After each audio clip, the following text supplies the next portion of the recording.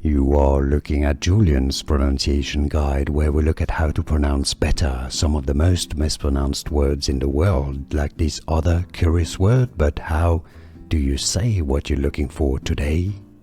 Let's learn once and for all how to pronounce this word correctly in British English and American English. So there are indeed two different pronunciations. If you want to learn more vocabulary in English, by the way, stay tuned. I've got many more videos for you at the end of this one.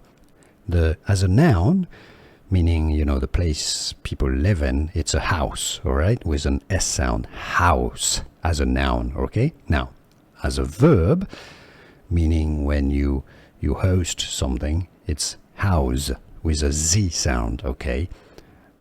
House, all right, so two different pronunciation. A house, the house down the street, house, or he's housing a party, for example. House, all right? House. House, house.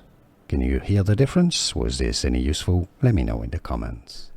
Here are more videos on how to pronounce more confusing words and names too many mispronounced. Like this video if you found it useful. I appreciate your support. I'll see you soon and thanks for watching.